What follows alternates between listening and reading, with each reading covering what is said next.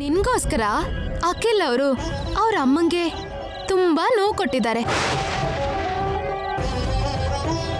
ನಿನ್ ಮೇಲೆ ಆರೋಪ ಮಾಡಿದ್ದಕ್ಕೆ ಅವ್ರ ಅತ್ಗೆನೇ ಎದುರಿಸಿ ನಿನ್ಗೆ ಕ್ಷಮೆನೂ ಕೇಳಿಸಿದ್ದಾರೆ. ಸಾರಿ ಶ್ಯಾಮ. ಅಂತ ಮನುಷ್ಯಂಗೆ ಒಂದು ಮಾತು ಕೂಡ ಹೇಳ್ದೆ ಹೊರಟೋಗ್ತೀಯಾ? ಹೇಳು.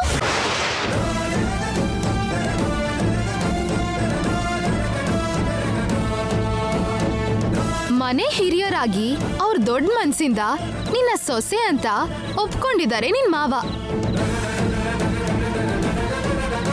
ಅತ್ತೆಯವರು ನಿನ್ನ ಮನೆ ಬಿಟ್ಟು ಹೋಗು ಅಂದಾಗ ಹೊರಟಿದ್ ನಿನ್ನ ತಡೆದು ಮತ್ತೆ ಕರ್ಕೊಂಡ್ ಬಂದವರು ಮಾವ. ನೀನೇ ಕಳ್ಳಿ ಅನ್ನೋ ಆಪಾದನೆ ಮಾಡಿದ್ದ ನಿನ್ ವಾರ್ಗಿತಿನೇ ಸಿಕ್ಕಾಪಟ್ಟೆ ಬೈದು ನೀನ್ ಏನು ಅಂತ ಎಲ್ರಿಗೂ ಗೊತ್ತಾಗೋ ಹಾಗೆ ಮಾಡ್ದವರು ಮಾವನವರು. ಹಾಗಿರೋ ಮಾವಂಗೆ ಒಂದು ಮಾತು ಕೂಡ ಹೇಳ್ದೆ ಹೊರಟ್ಬಿಡ್ತೀಯಾ? ಹೇಳು.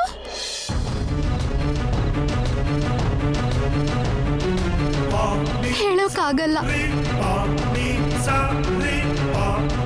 ಅವರಿಬ್ರಿಗೂ ಹೇಳಲ್ಲ.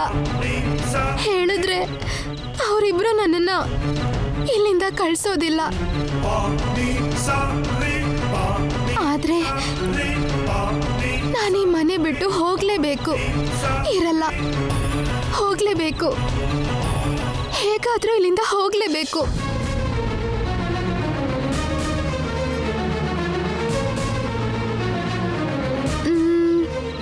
ಹಾಗಾದ್ರೆ ಒಂದ್ ಕೆಲ್ಸ ಮಾಡು. ನಿನ್ ಮನ್ಸಲ್ಲಿರೋದನ್ನೆಲ್ಲ ಒಂದ್ ಲೆಟರ್ ಅಲ್ಲಿ ಬರ್ದು ಆ ಲೆಟರ್ನ ಅಖಿಲ್ ಅವ್ರಿಗೆ ಸಿಗೋ ತರ ಮಾಡಿ ಈ ಮನೆಯಿಂದ ಹೋಗ್ಬಿಡು. ಕನಿಷ್ಠ ನೀನು ಜವಾಬ್ದಾರಿಯಿಂದ ನಡ್ಕೊಂಡ್ ಹಾಗಾಗತ್ತೆ. ಯೋಚನೆ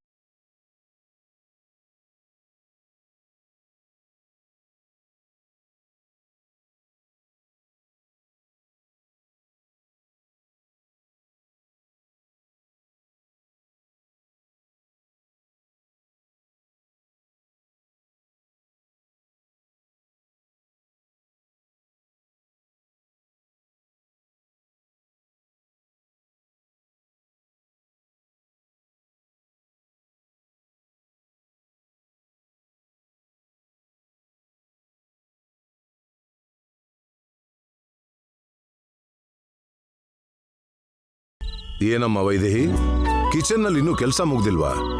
ಇನ್ನೇನ್ ಮುಗೀತು ಮಾವ. ನಿಮ್ಮ ಅತ್ತೆ ಎಲ್ಲಿ? ಅತ್ತೆ ಅಖಿಲ್ ರೂಮ್ಗೆ ಹೋಗಿರ್ಬೇಕು.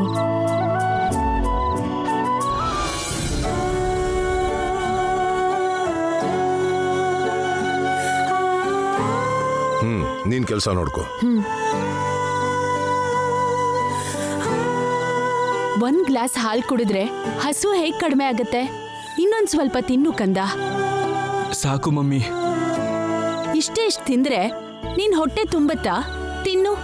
ಬೇಡ ಮಮ್ಮಿ, ಸಾಕು. ಹೊಟ್ಟೆ ಸ್ವಲ್ಪ ಅನೀಸಿ ಅನ್ನಿಸ್ತಿದೆ. ಮೈ ಕೂಡ ಸ್ವಲ್ಪ ಬಿಸಿ ಇದೆ. ಮೈ ಬಿಸಿ ಆಗಿದ್ಯಾ? ಫೀವರ್ ಏನಾದ್ರೂ ಬಂದಿದ್ಯಾ? ಇಲ್ಲ ಮಮ್ಮಿ, ಯಾಕೋ ಊಟ ಸೇರ್ತಾ ಇಲ್ಲ ಅಷ್ಟೆ. ಆ ಹಾಳ್ ಹಳ್ಳಿಗೆ ಹೋಗಿದ್ಯಲ್ಲ, ಅಲ್ಲಿರೋ ವಾತಾವರಣ, ಅವ್ರು ಮಾಡಿರೋ ಏರ್ಪಾಡು, ಅವ್ರು ಮಾಡಿರೋ ಅಡ್ಗೆ ಏನು ಸರಿ ಹೋಗ್ದೆ ನಿಂಗೆ ಹೀಗಾಗ್ತಿರ್ಬೋದು. ಹಾಗೇನಿಲ್ಲ ಮಮ್ಮಿ, ಇರೋದ್ರಲ್ಲೇ ಅವ್ರು ನನ್ನ ಚೆನ್ನಾಗಿ ನೋಡ್ಕೊಂಡಿದ್ದಾರೆ. ಅಲ್ಲಿಗೆ ಹೋಗಿದ್ರಿಂದ ನನಗೇನಾಗಿಲ್ಲ. ಯಾಕೋ ಸುಮ್ಮನೆ ತಿನ್ನಬೇಕು ಅನ್ನಿಸ್ತಿಲ್ಲ ಅಷ್ಟೆ.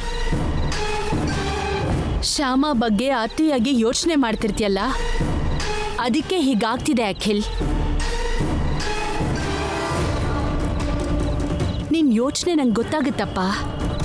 ನೀನೇನ್ ಬೇಕು ಅಂತ ಶ್ಯಾಮನ ಆಸೆ ಪಟ್ಟು ಮದ್ವೆ ಆಗ್ಲಿಲ್ಲ ತಾನೆ. ಪರಿಸ್ಥಿತಿ ಕೈ ಮೀರಿ ನೀನ್ ಮಾಡ್ಕೊಂಡೆ. ಅವಳಿಗೆ ಅನ್ಯಾಯ ಆಗ್ಬಾರ್ದು ಅಂತ ಯೋಚನೆ ಮಾಡಿ ಶ್ಯಾಮನ ಈ ಮನೆ ಕರ್ಕೊಂಡು ಬಂದಿದ್ಯಾ.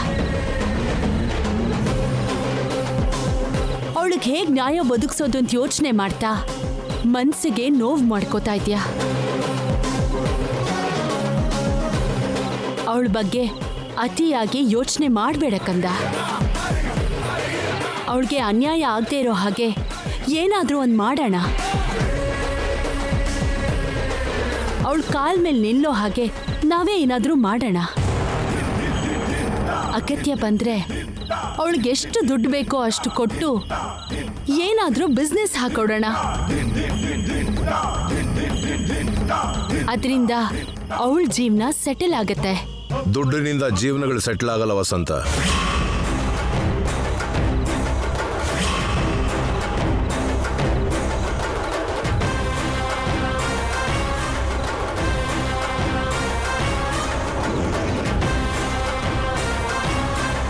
ಯಾಕೆ ಅಂದ್ರೆ ಜೀವನ ದುಡ್ಡಿಗಿಂತ ತುಂಬಾ ಮಹತ್ವವಾದದ್ದು.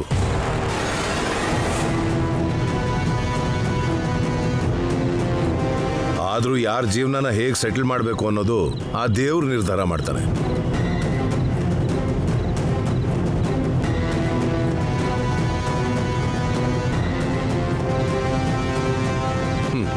ನೆಮ್ಮದಿಯಾಗಿ ಅವನು ಮಲಗೋದು ಬಿಟ್ಟು ಅನವಶ್ಯಕವಾಗಿ ಈಗ ಡಿಸ್ಕಷನ್ ಯಾಕೆ ಹೇಳು? ಗುಡ್ ನೈಟ್ ಮಗನೇ. Good night daddy. Good night ಕಂದ. Good night mummy.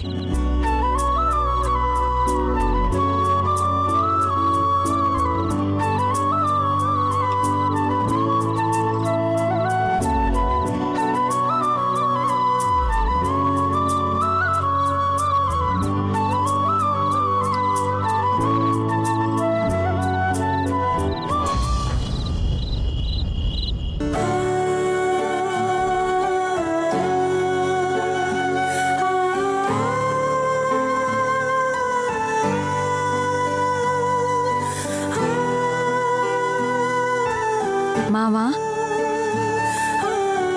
ಏನಮ್ಮ? ಅದು ಅದು ಹೇಳಮ್ಮ, ಪರವಾಗಿಲ್ಲ.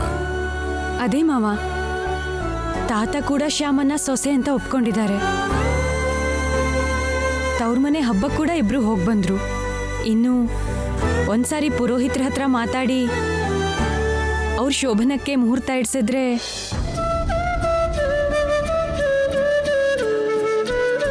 ನಾನಾಗ್ಲೇ ಪುರೋಹಿತರ ಹತ್ರ ಮಾತಾಡಿದ್ದೀನಮ್ಮ. ಅಖಿಲ್ ಶ್ಯಾಮ ಹೆಸರಲ್ಲಿ ಸದ್ಯಕ್ಕೆ ಯಾವುದು ಒಳ್ಳೆ ಮುಹೂರ್ತ ಇಲ್ಲ ಅಂತ ಹೇಳಿದ್ರಮ್ಮ.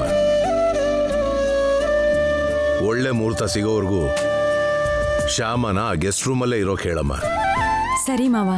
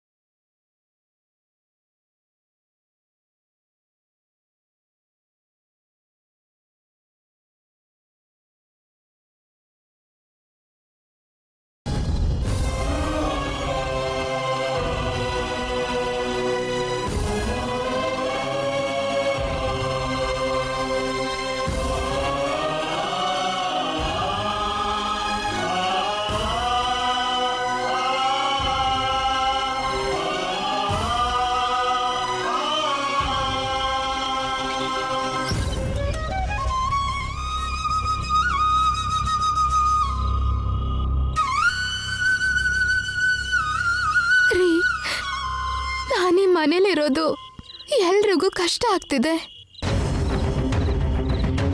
ಅದಕ್ಕೆ ನಿಮ್ಮನ್ನ ಈ ಮನೇನ ಬಿಟ್ಟು ಹೊರಟು ಹೋಗ್ತಿದ್ದೀನಿ. ಈ ವಿಷಯನ ನಿಮ್ ಎದುರಿಗೆ ನಿಂತು ಹೇಳೋ ಧೈರ್ಯ ಇಲ್ಲ. ಹಾಗಂತ ನಿಮ್ಗೆ ಹೇಳ್ದೆ ಹೊರಟೋಗೋದಿಕ್ಕೆ ಮನ್ಸೊಪ್ತಾ ಇಲ್ಲ.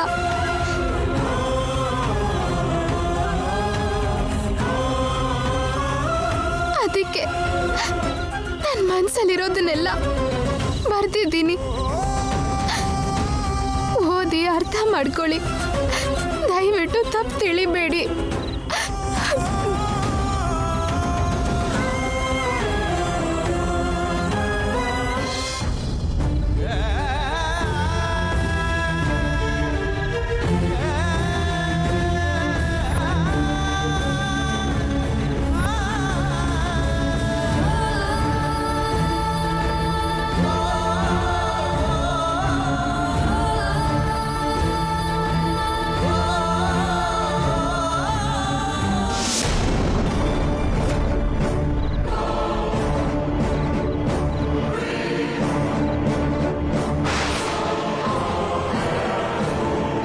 ಶ್ಯಾಮ,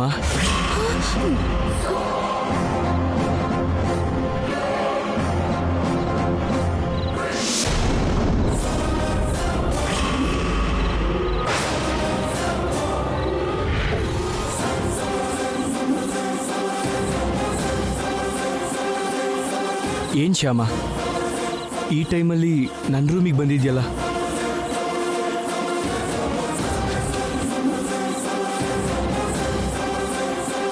ನಿದ್ರೆ ಬರ್ತಾ ಇಲ್ವಾ? ಹಾಗೇನಿಲ್ಲ. ಅದು ಅದು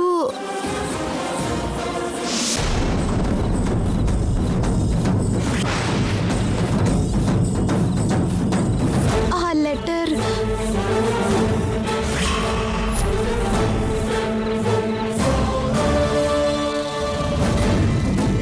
ಏನಾ ಲೆಟರ್? ನನ್ನ ಮನ್ಸಲ್ಲಿರೋ ಮಾತನ್ನ ಆ ಲೆಟರ್ನಲ್ಲಿ ಬರ್ದಿದ್ದೀನಿ.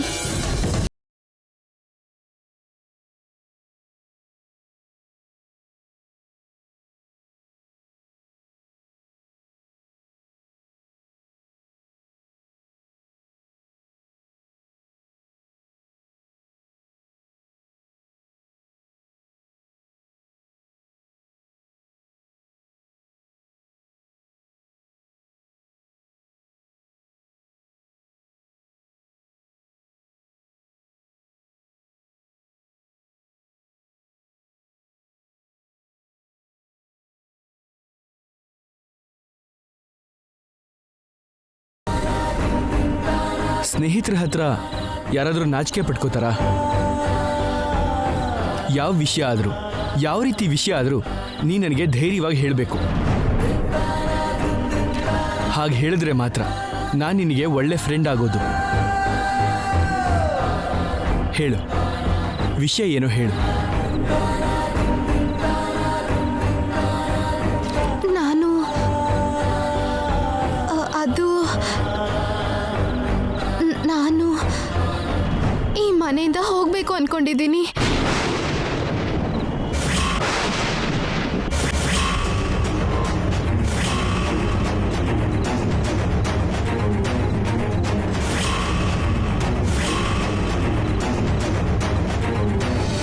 ವಾಟ್? ನೀನಿಲ್ಲಿಂದ ಹೋಗ್ಬೇಕು ಅಂದ್ಕೊಂಡಿದ್ಯಾ? ಹೌದು ರೀ, ನಾನಿಲ್ಲಿರೋದ್ರಿಂದ ಕೆಲವರಿಗೆ ಕೆಲವು ಥರ ಕಷ್ಟ ಆಗ್ತಿದೆ. ನನ್ನಿಂದ ಒಬ್ರಿಗೆ ನೋವು ಆಗೋದು ನನಗಿಷ್ಟ ಇಲ್ಲ. ಬಂದಾಗಿಂದ ಅತ್ತೆಗೆ ನಾನು ಇಷ್ಟನೇ ಇಲ್ಲ. ನಾನು ಈ ಮನೆ ಸೊಸೆ ಆಗಿದ್ದು ಇಷ್ಟ ಇಲ್ಲ. ಹಾಗೆ ಐಶ್ವರ್ಯ ಅಕ್ಕಂಗೂ ಕೂಡ ಇಷ್ಟ ಇಲ್ಲ.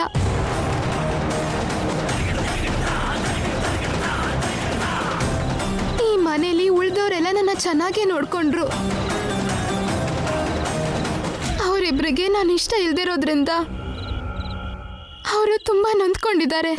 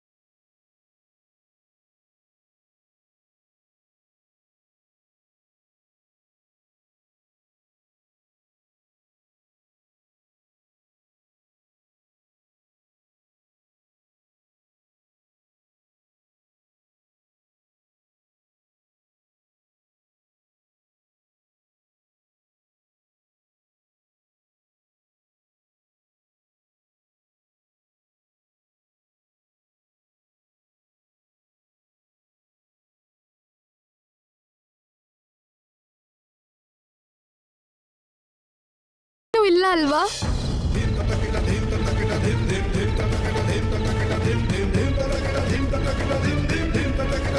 ನಿಜ ಅಂದ್ರೆ ನಾನು ನಿನ್ಗೆ ಹೇಳ್ದೆ ಹೊರಟೋಗೋಣ ಅನ್ಕೊಂಡಿದ್ದೆ. ಆದ್ರೆ ನನ್ನ ಇಷ್ಟು ಒಳ್ಳೆ ರೀತಿಯಲ್ಲಿ ನೋಡ್ಕೊಂಡಿರೋ ನಿನ್ಗೆ ಹೇಳ್ದೆ ಹೊರಟು ಹೋಗೋದು ಧರ್ಮ ಅಲ್ಲ ಅನ್ನಿಸ್ತು. ಅದಕ್ಕೆ ಈ ಲೆಟರ್ ಬರ್ದು. ಇಷ್ಟು ದಿನ ನಿನ್ನ ಸಂಬಂಧ ಅಂತ ನೋಡ್ಕೊಂಡಿದ್ದಕ್ಕೆ ಲೆಟರ್ ಬರ್ದಿಟ್ಟು ಹೊರಟೋಗ್ಬೇಕು ಅಂದ್ಕೊಂಡಿದ್ಯಾ ಅಷ್ಟೇ ತಾನೆ?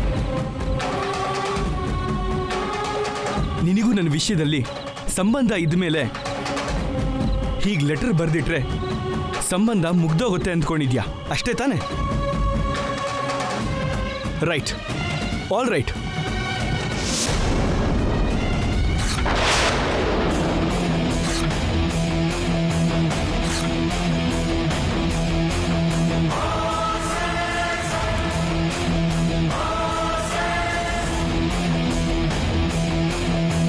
ನಿನಗೆ ನೋವಾಗ್ತಾ ಇದ್ರು ಕೂಡ ಇಲ್ಲೇ ಇರ್ತಿದ್ಯೇನೋ, ಆದ್ರೆ ಬೇರೆಯವರಿಗೆ ನೋವು ಕೊಟ್ಟು ಇಲ್ಲಿ ಇರಬಾರ್ದು ಅಂತ ಅಂದ್ಕೊಂಡು ನೀನ್ ತಗೊಂಡ್ರೋ ನಿರ್ಧಾರ ಚೆನ್ನಾಗಿದೆ, ತುಂಬಾ ಚೆನ್ನಾಗಿದೆ.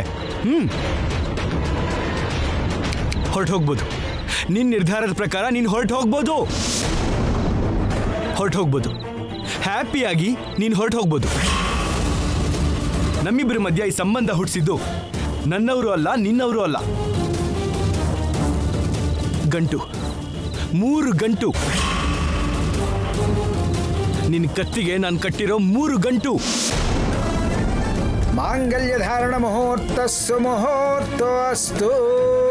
ಶತಮಾನಂ ಭವತಿ ಶತಾಯು ಪುರುಷಸ್ಯ ತೇಂದ್ರಿಯ ಆಯುಷ್ಯೇವೇಂದ್ರಿಯೇ ಪ್ರತಿಷ್ಠತಿ.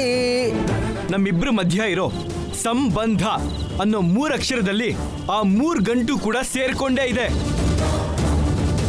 ನಮ್ಮಿಬ್ರ ಮಧ್ಯ ಸಂಬಂಧ ಮುಗ್ದೋಗ್ಬೇಕು ಅಂದ್ರೆ ಆ 3 ಗಂಟು ಬಿಚ್ಚೋಗ್ಬೇಕು.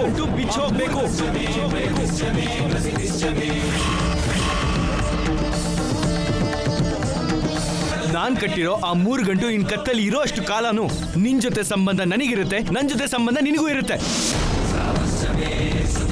ನಾವು ಸಂಬಂಧನೇ ಕಳ್ಕೊತಿದೀವಿ ಅಂದ್ಮೇಲೆ ನಿನ್ ಕತ್ತಲ್ಲಿ ನಾನ್ ಕಟ್ಟಿರೋ ಆ ಮಂಗಳಸೂತ್ರ ಇರಬಾರ್ದು. ಆ ಮಂಗಳಸೂತ್ರ ಇರಬಾರ್ದು.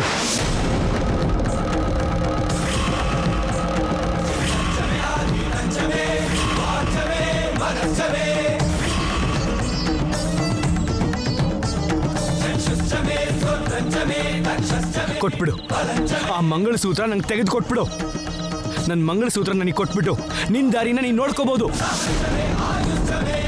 ಕೊಡು, ನನ್ನ ಮಂಗಳಸೂತ್ರ ನನಗೆ ಕೊಡು.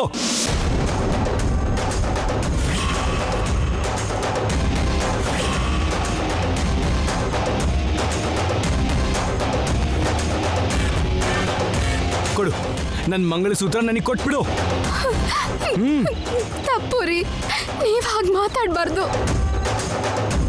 ಈ ಮಂಗಳಸೂತ್ರನ ತೆಗಿ ಅಂತ ಹೇಳ್ಬಾರ್ದು. ಯಾಕೆ ಹೇಳ್ಬಾರ್ದು? ನಿನಗೂ ನನಗೂ ಸಂಬಂಧ ಇಲ್ಲ ಅಂತ ನೀನ್ ಬಿಟ್ಟು ಹೋಗ್ತಿರುವಾಗ ನಾನ್ ಕಟ್ಟಿರೋ ಮಂಗಳಸೂತ್ರನ ತೆಗೆದು ಕೊಟ್ಬಿಡು ಅಂತ ನಾನ್ ಯಾಕೆ ಹೇಳ್ಬಾರ್ದು? ತೆಗಿ, ಮಂಗಳಸೂತ್ರ ತೆಗೆದುಕೊಡು. ಕೊಡು.